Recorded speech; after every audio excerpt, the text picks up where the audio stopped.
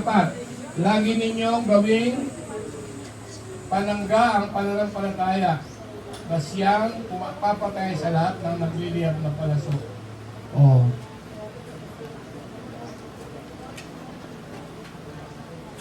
Shield of faith. Kailangan. Alam niyo ba yung faith? Sino nakakaalam ng faith? Hebrew 11:1. Lagay mo nga Hebrew 11:1. Kuhanin niya. Kasi pag nakita mo na, hindi ka na mananampalataya. Ang pananampalataya hindi nakikita. Hello? Kaya nga, sabihin sa katabi, ang pangarap, wala namang bayad eh. Eh, ba't di ka mangarap? Hello? Ang pangarap, pananampalataya yun. Oh, Lord, pag edad ko ng 30, may bahay na ako, may kotse na ako, graduate na ako. Hello? Nauutusan yan pag may nakita kang sasakyan na maganda, gusto mo, oy, umuwi ka sa amin. Ganun ang pananam. Hindi yung nakakita ka ng pogi. Pogi! Pogi! Hello! Nakakita ng bira, may kutitok na ilan. Ay, bira! Bira! Sinasalubong pa. Hello! Oh, ang pananampalataya ay basa. Katiyakan na ang ating at tungkol hindi mo nakikita yan, pero inaasahan mo. Nananampalataya ka na tiyak. Sabi mo, tiyak. Kaya pag nangarap ka, sabi mo, tiyak. Lord, magkaka-boyfriend ako ng pogi, may pera, may sasakyan, hindi nagbubugbog. Hello! Hindi yung, Lord, kahit sino na lang, kahit labas ang ngipin. Hello? Faith! Sabi mo, faith! Bagay na hindi mo nakikita. Pero naniniwala ka, tiyak na gagawin sa iyo ng Diyos. Yan ang faith. Dapat din unsinkable ang faith mo. Amen ba? Sabihin mo, hindi matitinag. Huwag niyong itinag yan. Mayaman ang Diyos natin. Makapangyarihan ang Diyos natin. At kaya niyang tugunin ang bawat hiling mo. Di ba sabi niya, humingi ka at ikaw ay kumato ka at ikaw ay ganun kayaman ng Diyos natin. Sabihin sa katabi, humihingi ka ba? Kumakato ka ba? Nangangarap ka ba? Tinuturo sa eskwela yan eh, di ba? Maliit pa lang. Ikaw ano maging gusto mo? Gusto ko maging police! Yun naman, sundalo! Yun naman, nurse! Hello! Maliit pa lang tinuturuan na kayo niya. Amen! Kaya dapat silyado kayo niya. Balik mo sila tayo. Balik. Nakuha nyo na yung faith. Huwag nyo kalimutan niya. 11:1 ang buong chapter yung faith. Pag binasa ko yun, magtatagal tayo eh. So, hindi ko pa tatagalin. Okay. Asan na tayo? Lagi ninyong gawin pananggang pananampalataya na siya papatay sa lahat ng nagliliyab na palaso ng diablo. Pagka meron kang hindi natitinig na pananampalataya, kaya mong labanan ng palaso ng diablo. Alam niyo ba yung palaso? Ang demonyo, pag sumipat, bullseye. Ito sinisipat. Tumingin kayo. Nung tinanggap niyo si Kristo, siya lang ang laman ito. Pero tandaan nyo, kahit na kay Kristo na kayo, ihahatiin ng demonyo yan. Sabihin mo, hahatiin yan. Gagawin pizza pa yan. Hello? Isang boyfriend, pangalawang boyfriend, pangatlong boyfriend, bisyo, bilyar, school, family. Hati-hatiin yan. O, sabihin sa katabi, sino ang nasa loob ng puso mo? Sabihin mo sino? Ilang hati ngayon yan? Di ba kagabi nagpasuko? Lahat ng mga dinified dyan, pinasunog na. Sabihin mo, sinunog na. Sinunog na. Sana wala na kayong tinira. Amen ba? Amen. Yun ang layunin ng bonfire. Para buuin uli ito. Para isa na lang ang may-ari. Amen ba? Yun ang purpose ng gawain ito. Ibuo muli yan. Sapagkat yan ang sinisira ng demonyo. Kung ano laman yan, yan ang...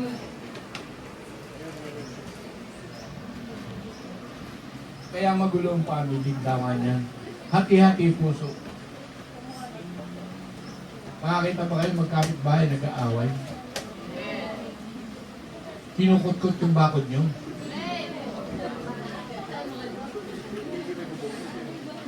Kasi iba laman ng puso. Amen ba? Pagka may nawalang manok, pag-iinitan yung manok mo.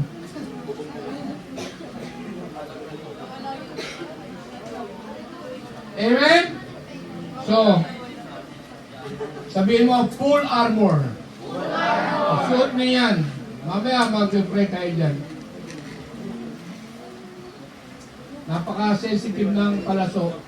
Hindi tumatarget ang diablo ng hindi bullseye. Sabihin mo, bullseye. Kaya ang paa mo, papunta ng tamang direksyon, ililiko. Sabihin mo, detour. Pupunta ka na sa magandang layunin, pupunta ka na sa simbahan, palilikuin ka pa. Ang tatay nyo, pupunta na sa trabaho, bayayaya pa ng kumpare, mag-iinom. Oh. Hello? Sabihin mo, may detour. Palaso ng diablo yun. Amen? Sana, pag uwi ninyo, wala nang mapana. Sabihin, walang mapana. Para sa susunod nating camp, ilan ba kayo? 70 ba tayo? Maging 140 na tayo. Amen? Kasi gagamitin nyo yung paa nyo. Saan? Sa pagdadala ng salita ng Diyos. Amen? Nakasenyo na eh. Pag hindi nyo ginawa, sa isang taon at ganito pa rin tayo. Sabihin mo, lagot ka. Lagot ka, lagot ka. Oh, isuot ninyo ano? Helmet na? Oh. Sabihin, helmet. Tumingin sa akin. Ano ang nasa utak? Sabihin mo, utak. Maraming tao, may talangka. Sabihin mo, talangka. Tingnan mo yung katabi mo na yan, baka sinto-sinto yan.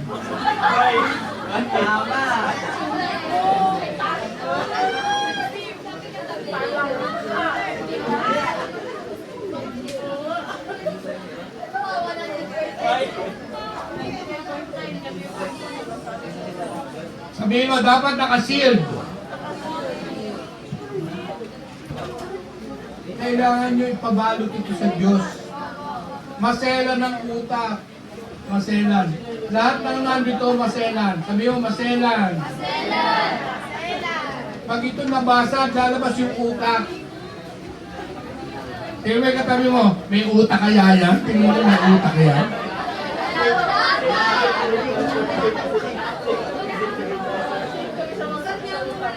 Yung mga may utak, iniingatan. Sabi mo, iniingatan. Iniingatan. Dapat ano lang kayo, magdiplomasa kayo. Huwag agad nagagalit. Huwag agad nagtatampo. Titignan nyo kami ng side. Huwag kayong makikinig sa isang side. Amen ba? Amen! Yung iba eh, napagsumbong lang na isa. Sige, sige. Ano ka na? Upakan natin, upakan natin. Upakan eh. Hindi pa alam yung dahilan eh. Hello! Sabihin mo, helmet! Masiselan to kaya pinasisil dito. Huwag kayong lalabas na hindi na sa inyo yan. Kasi hindi nyo kaya labanan yung masamang espiritu pag hindi silyado yan. Kasi ito yung binubulungan. Ito, maselan. Ito yung lagi niya sinasabi kasi nandito yung isip. Hello? Tingnan mo yung katabi mo kung maayos ang isip niya.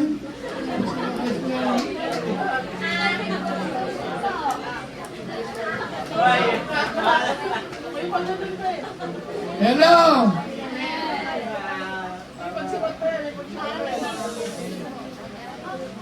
Sabihin mo, shield. Okay, lalabas na hindi kayo sa inyo niya. Helmet. Ano yung sumunod? Verse 18. Last point. Verse 18.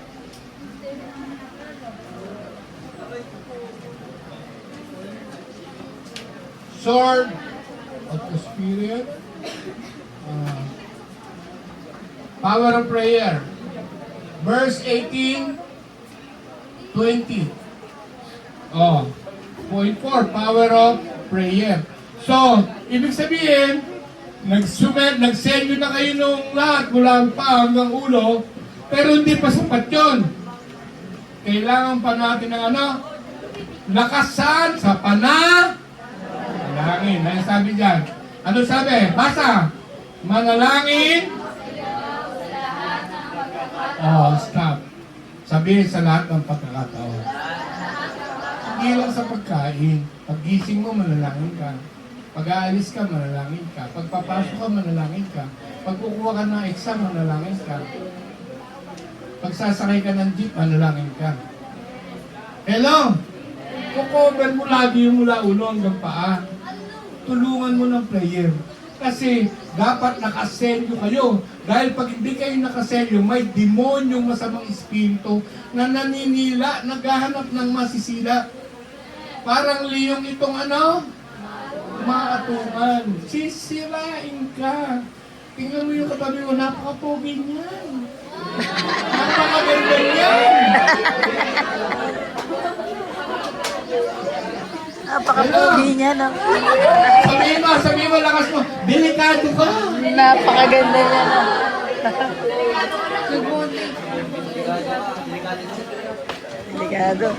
Delikado, napakaganda. Amen ba? Kaya sabihin, manalangin sa lahat ng Hindi yung, alam, katamad-tamad eh.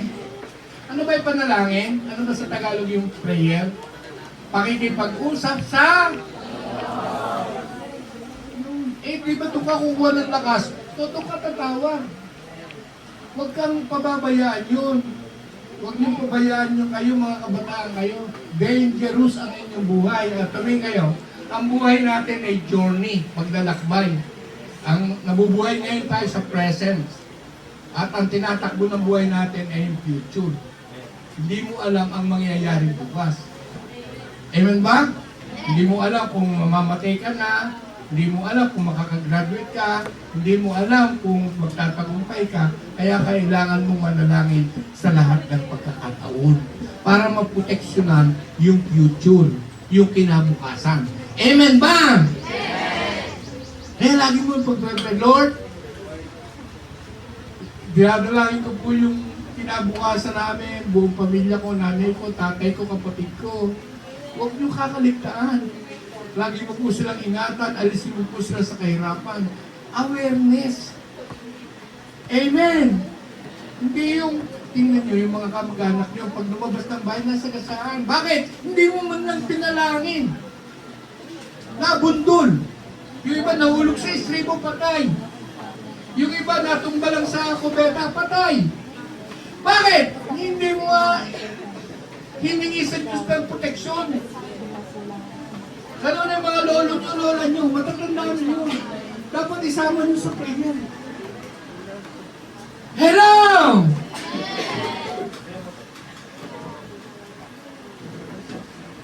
maraming tao,